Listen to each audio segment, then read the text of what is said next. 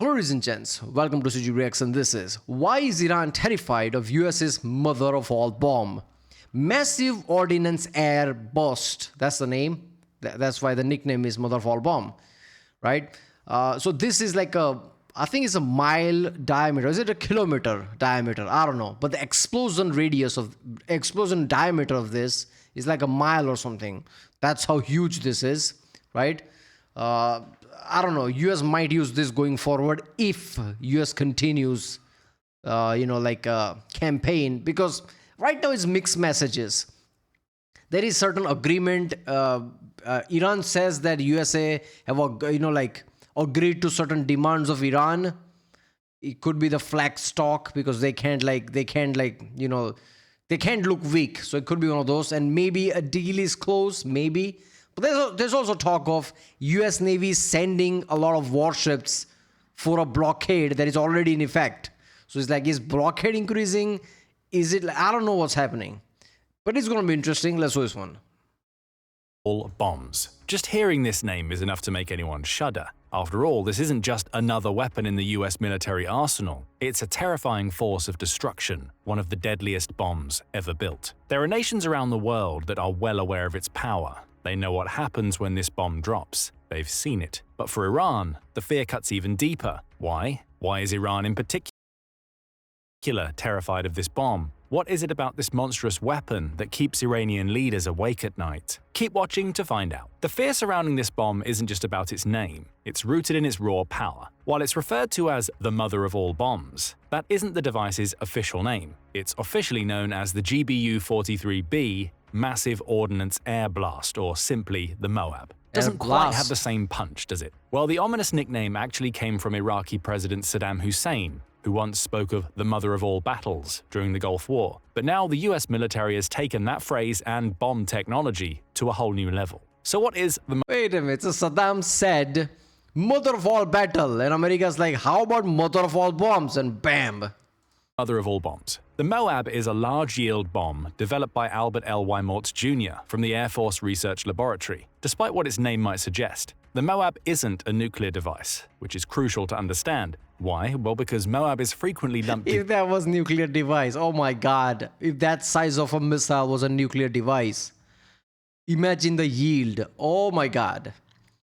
Together with nuclear weapons whenever there's talk about the destructive power of these devices. This misunderstanding has muddied discussions about the bomb's true purpose, which we'll talk about later in the video. While the effect of the MOAB might seem nuclear in scale, this bomb is very much a conventional weapon. But what a weapon it is! This thing is a behemoth, 30 feet long. The yield of this is insanely big, like I said, a mile diameter or something. But it's not even close to what a nuclear bomb can do. So it's not the same. But this is one of the biggest bomb, apart from this fuel, certain type of bomb, which basically takes air from the environment and use that as an accelerant and increase the explosion, right? So it uses air basically and just uses like solid fuel as an explosion. I forgot the name of it, right? But that's even bigger bomb than this. USA haven't created one yet. Russia did. It's called father of all bomb or something, right? I don't know if Russia ever used it or not. America have the technology, but they haven't specifically created a bomb. I guess they don't need it. I don't know. But there is a way to do it, obviously. This is mother of all bomb uses all the things inside to create an explosion, while that other bomb basically has like a solid fuel type of thing and uses air and mixes them and creates bigger explosion because you don't need air inside of you, so you can have a bigger yield basically. Same size as this, because you can't make something bigger than this. How are you gonna drop it? This already requires what, C-17 cargo plane to drop? That's how big this is. Long, 22,600 pounds, and packed with 18,700 pounds of H6 explosive. These specs make it more than just a bomb. We're talking about a force of nature. And this isn't even the heaviest non-nuclear bomb in the US arsenal. That title belongs to the Massive Ordnance Penetrator, or Bunker-buster. A truly colossal 30,000-pound bunker buster, designed to tear through hardened targets. But back to the MOAB. Its sheer size isn't the only thing that's impressive about this bomb. Its explosive power is also staggering. The MOAB uses H6 explosives, originally developed for underwater blasts because it's shock-resistant and stable. And let us tell you, this bomb is packed with explosives. In fact, it carries the largest amount of explosive in any non-nuclear weapon in the US military inventory. To put that into perspective, compare it to the Joint Direct Attack Munition, JDAM, a frequently used precision-guided bomb. The JDAM weighs between 500 and 2,000 pounds and carries only a fraction of the explosive power found in the MOAB. The difference between the two is almost shocking. The JDAM can cripple a target severely, but the MOAB, it can wipe it off the map entirely. Now, this comparison between the JDAM and MOAB might seem odd, but this is only due to the misconception that the MOAB is a so-called dumb bomb, lacking precision and guidance. And sure, there were reports of the bomb being deployed by kicking it out of the back door of the MC-130 aircraft, which might make it sound like a crude barrel bomb approach. But that's far from reality. The MOAB is actually a guided munition. After it's dropped from the cargo doors of an MC-130 transport plane, a parachute deploys, slowing its descent. Then, the weapon detaches from the pallet and GPS satellite guidance kicks in. The MOAB is guided to a predetermined target by its onboard avionics, ensuring impressive accuracy. This is a far cry. Hold up there, but isn't all dumb bombs in American inventory guided bombs now? Because you can do it. The whole point of dumb bomb in the modern sense is that it doesn't have an engine or even a rocket. Basically, nothing is pushing it besides gravity. That's what modern dumb bombs are. So all dumb bombs in American inventory have some kind of a guidance in it, isn't it? I don't know.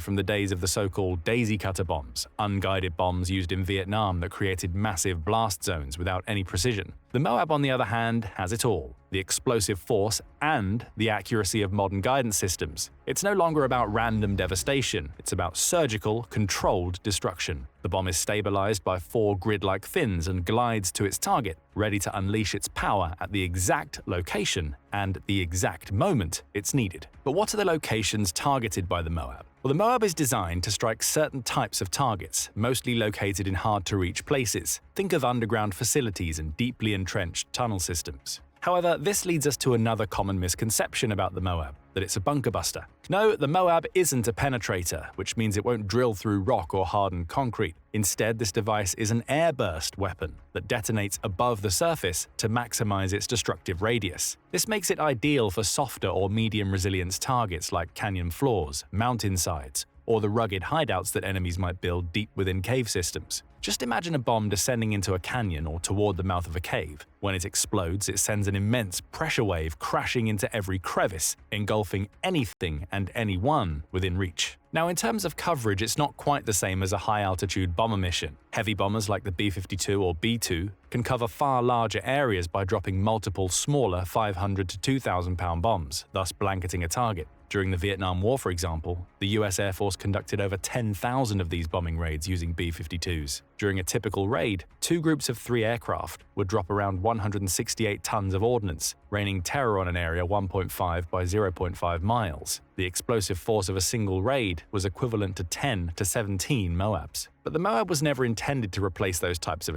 I mean, there is a point of like, you're not gonna get more out of something than you would spend it, right?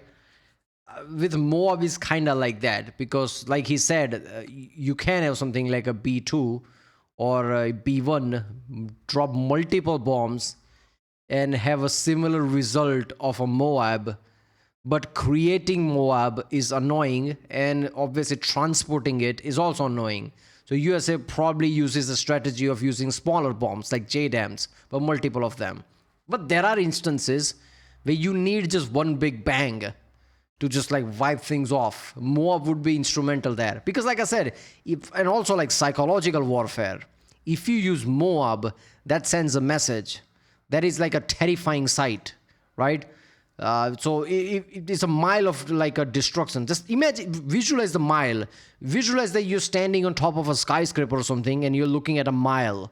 That's the level of diameter this has. That's insane.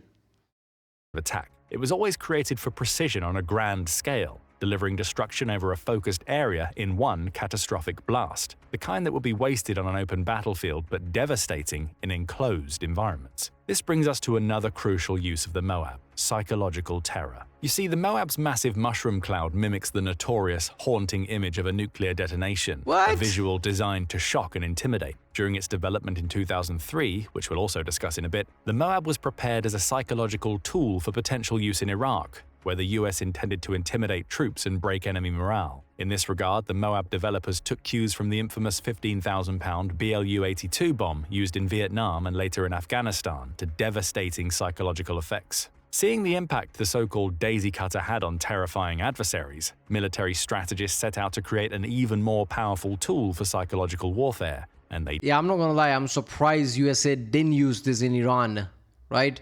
Because you used a lot of bombs, like insane amount of numbers, thousands of precision bombs. But if you had used this in some military site where there are no civilians, and just the visual of that, like near some city or something where everybody can see it, this would basically have a psychological warfare at a level that even the people inside Iran, the people who doesn't know anything, who are restricted with internet and everything, who basically are like under the influence of propaganda from IRGC, even these people would break out of that propaganda. Even these people would question, like, look at that thing, how are we going to fight that? I'm surprised USA didn't use that, because it's a psychological warfare. They did just that. Seeing the MOAB in action, or even just hearing about it, can send a powerful message. It signals that any resistance will be met with an overwhelming show of force, and this is a message that Iran understands all too well. So the MOAB's very existence is enough to keep this country and its ilk on edge. After all, we're talking about more than a weapon. We're talking about a reminder of the potential scale of US military power and the readiness to deploy it whenever necessary. However, the horrors of the MOAB go well beyond the visual. Its primary effect is a massive blast wave, one said to stretch for up to a mile in every direction, generated by the bomb's staggering 18,700 pounds of TNT. A mile, man. Seriously, visualize that. A mile. That's insane. But this isn't just a typical explosion. The bomb's thin aluminium casing maximizes the blast radius, allowing the force to extend over an enormous area instead of being confined by heavy metal that might limit its spread. When the MOAB detonates, an immense fireball erupts, causing immediate destruction, in another similarity with nuclear weapons. A house? That's an overkill, isn't it? However, it's the pressure wave that delivers the MOAB's true devastation. As mentioned, the MOAB detonates above the ground, which allows its force to radiate across the surface. This approach maximizes the area affected, making it deadly for personnel in open areas and lethal, even for those in hardened defenses. Essentially, the pressure wave, fueled by high-temperature gases released in the blast, flattens everything in its path. For those caught within the blast radius, the injuries are particularly gruesome. The wave impacts gas-filled structures in the body, lungs, ears, and the gastrointestinal tract, causing internal injuries that can be fatal. Used against a cave system, the MOAB's pressure is even more sinister. It can cause tunnel collapse, trapping or killing those inside, and even if the tunnels hold, the wave can penetrate, injuring anyone within. See, I said that in one of the videos. I remember watching a clip of somebody detonating something inside a tunnel, and you can visually see the waves coming and going. Imagine that, but in a cave with an actual bomb, and not just a bomb, biggest of them all. The waves alone would, like, this is a horror. That's next level horror, man. In range simply by the sheer force of the shock. But how did this destructive device come to be? We've already mentioned that it was developed for potential use in the Iraq War, also referred to as the Second Gulf War. However, the bomb was never used in Iraq, serving instead as a looming threat, and for Iraq's next-door neighbor, Iran, the message was unmistakable. This weapon exists, and it's ready. The MOAB underwent its first test at Eglin Air Force Base in Florida in March 2003. The blast was downright shocking, a display of destructive power designed to unsettle anyone aware of its potential. Since 2003, at least 15 MOABs have been manufactured at the McAllister Army Ammunition Plant in Oklahoma. This figure lines up with the bomb's actual cost, which the US Air Force estimates at approximately $170,000 per unit. This relatively low price. Huh? That is chump change. Are you kidding me? The Tomahawk cost $1.5 million. I mean, that makes sense because of the engine and all that, everything Tomahawk does. I mean, yeah. This is kind of like a glide bomb. But 170,000 for a MOAB? Why don't you produce these in large numbers? When nothing works, you can just use multiple of this in a certain locations, and psychological warfare alone would win the war. Imagine a certain mountainous area where you're not sure where the things are. Just drop 6, 7 of them, 7 massive mushroom cloud that you can see from the next city. You think the war's not going to be over after that? They will come to a deal much faster. 170,000 is nothing. You only have 15. Why don't you have 150? You can do it. It's not like like cruise missile where you need engines which take time because the companies that make those engines can't produce it that fast. This is like a glide bomb. You can make it. Stems from using existing parts, materials, and an efficient in-house production process. While earlier reports had inflated the cost to as much as $16 million per bomb, this figure was widely misreported and didn't reflect the streamlined methods used to create the MOAB. Truthfully, the first MOABs were built as a crash project meant to meet urgent demand. That's why they sidestepped standard procurement and research costs. Today, manufacturing costs are much higher. With older parts unavailable and factoring in inflation, building more MOABs would require fresh design efforts and rigorous testing, making this bomb not only rare, but extremely expensive to reproduce. As a result, it's unlikely we'll see this bomb used frequently, making each deployment a high-stakes decision. Why is things getting costly? I get it, but still, man, you could make this for 170,000, dollars in the past, and now it has to be expensive. I don't get that, man. I understand the economics, right? But still, it's just Designed to command attention. Interestingly, this decision doesn't have to come from the President of the United States. Why? Because the MOAB isn't a nuclear weapon. In fact, the first and only time the bomb was used, the strike wasn't directly authorized by the president at the time, Donald Trump. When asked if he personally authorized the strike, Trump responded, "Everybody knows exactly what happened. What I do is authorize my military. We have the greatest military in the world, and they've done a job as usual. We've given them total authorization, and that's what they're doing, and frankly, that's why we've been so successful lately." Though Trump didn't directly say whether he signed off on the specific use of the MOAB or not, his comments make it abundantly clear that the decision didn't necessarily require his direct approval. A senior administration official further clarified, "We don't approve every strike," noting that the Trump administration had moved away from micromanaging military strategy. Trump was also the one who pushed for this shift, granting military leaders more independence. That's why the first use of MOAB was reportedly approved. Hold up, that wasn't the case before? So you're telling me every single strike that military has to do, they have to talk to the president? I get it, he's head of the, everything, head of the military, commander-in-chief. But there's a reason why generals are called generals. There is a level okay, you give direction to military, you're supposed to do this. How they do that? I mean, you're going to micromanage that? I don't know, man. This is weird. Why wasn't this the case before? By General John Nicholson, the commander of U.S. forces in Afghanistan, after receiving the green light from General Joseph Votel, the commander of U.S. Central Command at the time. But what is this first and only use of the MOAB we keep mentioning? The first time the MOAB was used in combat was in 2017 against another one of Iran's neighbors, Afghanistan. The target, a vast network of tunnels used by the Islamic State, Khorasan province, ISIS-K, had become a major threat to both US and Afghan forces in the region. These tunnels, which had originally been built by the CIA in the 1980s for the Mujahideen, were a significant advantage for ISIS-K, allowing them to stay hidden, plan, and strike unexpectedly. Since the Islamic State's Khorasan branch established its stronghold near the Afghan-Pakistani border, it was incredibly difficult for ground forces to control the terrain and neutralize the threat. The Afghan National Army Commando Corps tried for months on end, but the ISIS-K remained entrenched in the rugged, heavily fortified terrain, often using improvised explosive devices to slow progress. Prior to the explosion, Afghan forces had struggled to penetrate the area for weeks. Traditional approaches were essentially useless due to the region's difficult-to-access geography. However, even airstrikes and drones have been unsuccessful in taking out these fortified hideouts, so eventually, the US military— Let me get this straight. The one location in Afghanistan, the place known for tunnels and caves, one type of cave that America couldn't do anything about and had to use mother of all bomb, was created by CIA.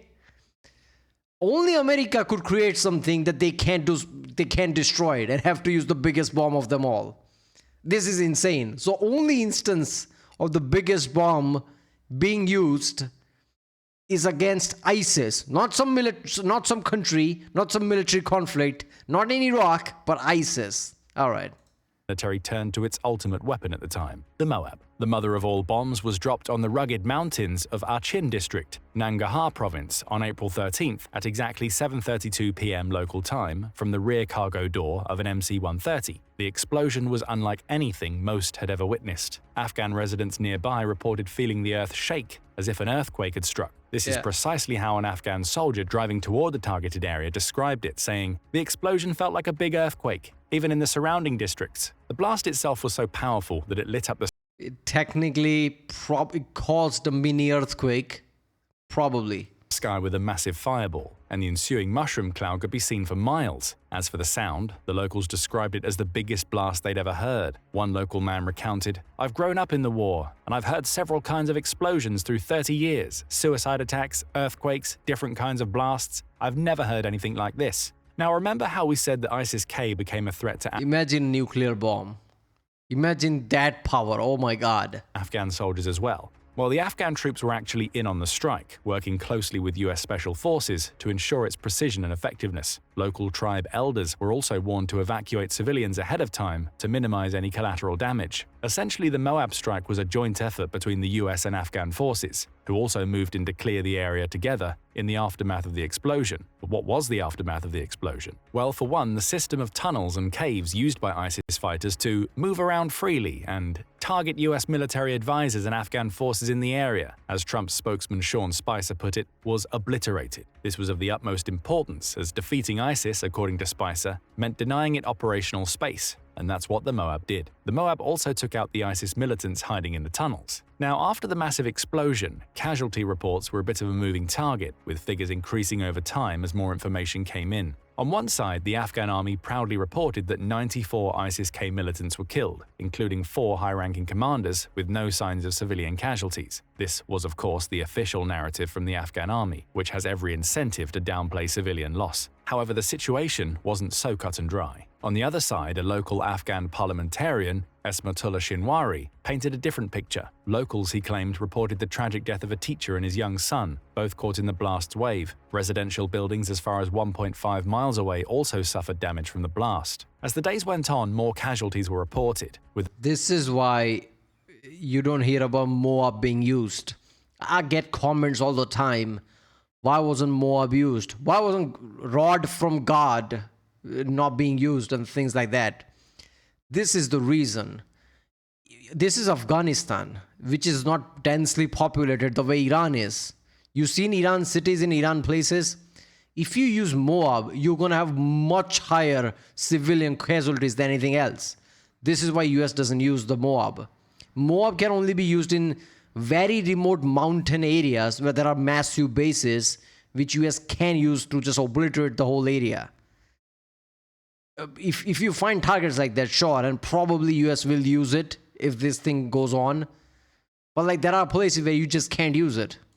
the total climbing to 96 ISIS-K militants by April 18th. Among them, as it turned out, were 13 major commanders. According to the Afghan Defense Ministry, several foreign nationals, Indian, Pakistani, Bangladeshi, and Filipino militants were also killed. However, ISIS wasn't buying this story. The ISIS-affiliated Amaq news agency flatly denied that any militants were killed in the strike, a clear indication that they weren't about to give the US military any PR wins. So let's say the true toll of the MOAB explosion remains a bit murky, caught between military reports, local accounts, and the larger-than-life scale of the blast. One thing was still pretty clear, though. The MOAB sent a message, and everyone in the region felt it, Iran included. That's probably why just a few months later, in September 2017, Iran started claiming that it had developed the father of all bombs. Iran's 10-ton bomb was being presented as the country's answer to the MOAB. Wait a minute, isn't that Russian bomb? Why are they claiming they made it? Just as devastating, just as destructive. General Amir Ali Hajizadeh, the commander of Iran's airspace force, bragged that this bomb could be launched from aircraft and had immense destructive potential. But here's the kicker. Iran wasn't the only one trying to match the MOAB's power in a desperate attempt to conceal their fear. About a decade prior, in 2007, Russia had also unveiled its own father of all bombs. This bomb was being billed as 4 times more powerful than the MOAB. thanks to its thermobaric design, which creates a deadly vacuum after detonation. This vacuum pulls air out of the target, making it particularly deadly in confined spaces like tunnels. It's not just about vacuum bomb. It's about, like I said, storage saver. If you have a certain amount of space you can use, and if you can make sure that half of the space is not wasted, because you can just use air as like a, I don't know, whatever, right? If you can just use air as an accelerant and use a solid fuel, you just saved half the space. So you can technically have double the yield of otherwise you would have had. That is the main reason behind thermobaric bomb. And because you can use air for it, it will create a vacuum, which is cherry on top. Or bunkers. It was Russia's way of saying, we can do it bigger. So, like Iran, Russia wasn't focused on practical application, it was just sending a message. However, the US military knows a thing or two about sending a bone-chilling message, one that resounds long after the dust settles. That's why Iran is so terrified of the mother of all bombs. The MOAB is a bit of a dramatic flourish. It isn't the first bomb you drop, it's the grand finale. It's the ultimate statement that says, there's no place to hide. But before this... See, this is why I think it might get used if from here nothing happens. If no deal is reached, now America will probably use this. Alright, that's it. The last few minutes was just basically repetition of the same thing. So there you go, mother of all bomb. A mile of diameter, a mile diameter basically of complete like explosion and like shockwave that would destroy structures even miles away. This is just insane, man. Russia claims, nowadays I have to use words like that, Russia, China, these countries claim that they have father of all bomb. I don't know. Did they use it? Did they demonstrate it? I don't know, man. Until I see it, I don't know, right? So they claim they have like bigger thermobaric bomb, but no, for now, mother of all bomb from USA is the largest non-nuclear bomb there is. And they did use it, and they probably will use it again, right? And USA can make a vacuum thermobaric bomb that is even bigger. But this is alone is too much. Why would they build that one? It's like overkill at that point. They already don't have application for this bomb. Where are they going to use it? Unlike a lot of countries, USA have to think about civilians. USA have to think about the world community condemning their action. They have to worry about all that. USA have to walk on eggshells. Where are they going to use it? So this is the biggest one they can use, right? And to me, it feels like to send a message, they might use it. All right, well, there you go. If you like my reaction, don't forget to subscribe, and I'll see you next time.